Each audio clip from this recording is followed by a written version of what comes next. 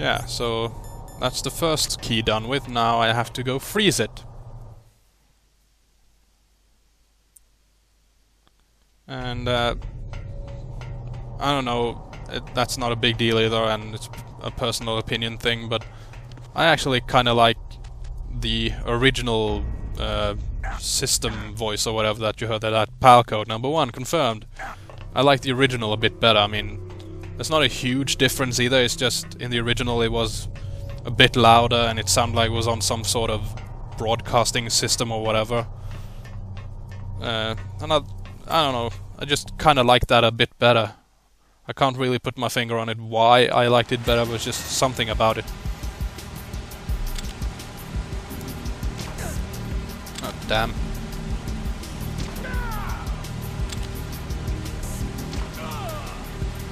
See, is he gonna fall? No. Yeah, so now we are backtracking a bit. It's not that far this time. You can go all the way back to the snowfield if you want, but I usually go for the storage freezer thing. I don't see any point in going any further.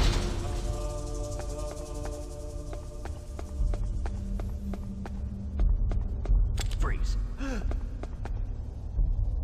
Help. Okay, I was wrong. These are the last guys I take down with dog tags. Freeze. Don't kill me.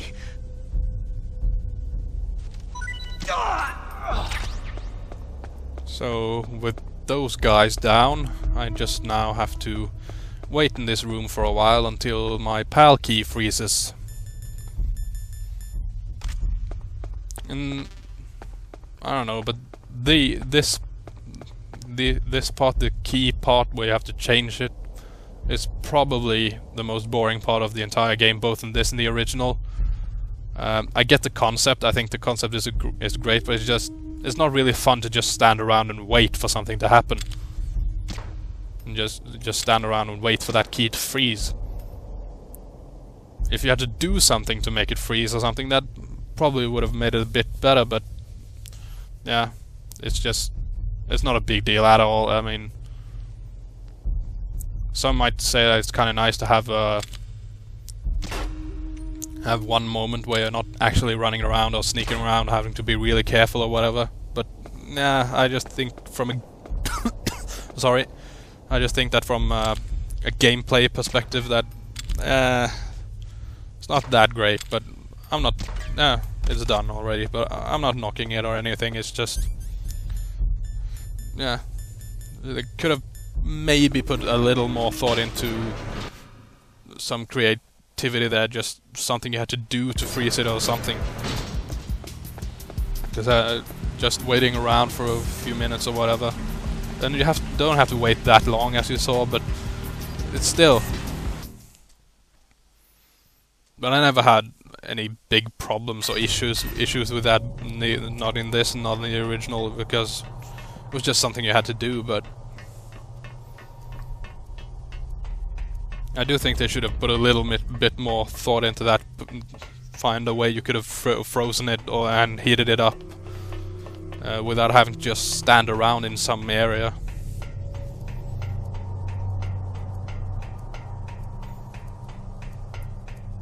I mean, maybe you had to find some spray or a specific machine or something you could use. Or I don't know.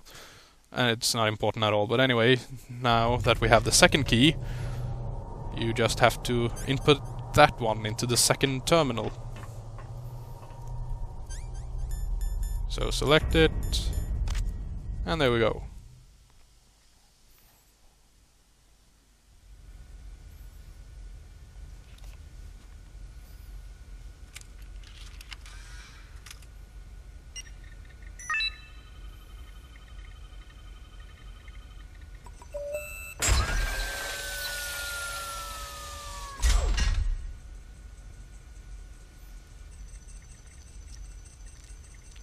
PAL code number 2 confirmed.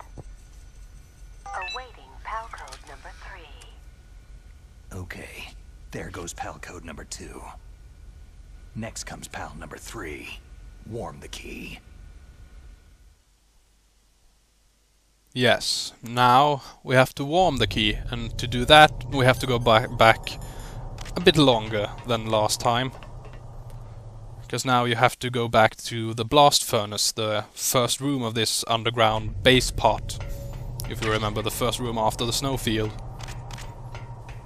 So now it's quite a long way to go back.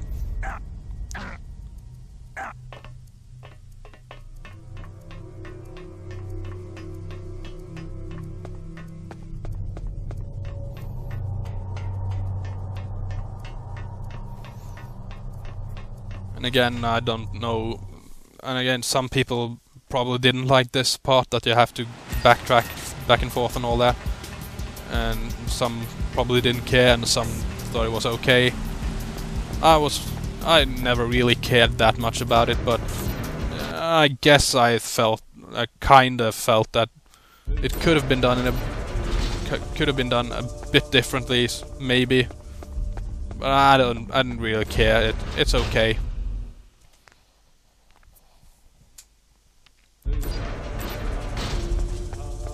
Oh, and this is something I haven't talked about yet, but and this is something that I did for Sons of Liberty too, but that did in that game too. But a kind of interesting trivia is that in the original game, in Metal Gear Solid, the original version for PlayStation, they did actually make kind of a big mistake when it comes to Snake.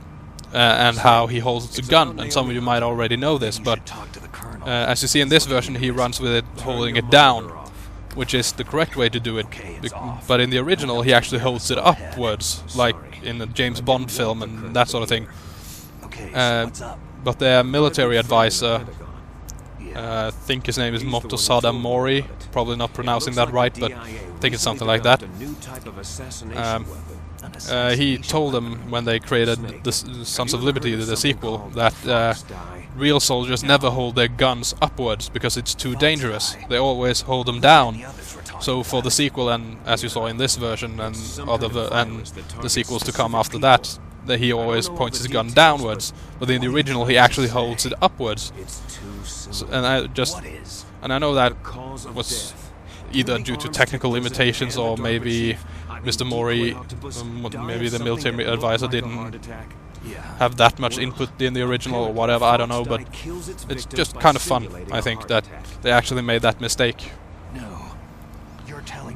But anyway, now we are in another cutscene where Master Miller explains that Naomi might be the one behind the virus known as Foxdie. Does the Colonel know? Because he tells him that he's been looking into it, and that it seems that he's heard of a new virus called Foxdie that kills its victim by simulating a heart attack. So he believes that that's what happened to the DARPA chief, or Decoy Octopus as it was, and President Baker, the Arms Tech president. And he believes Naomi is probably behind it because she was in the best position to do it, and she did give Snake an injection. And we also find out that Naomi is now under arrest because she was sending coded messages towards the base, towards the this nuclear warhead storage facility. All I can do is leave it up to the Colonel. So yeah,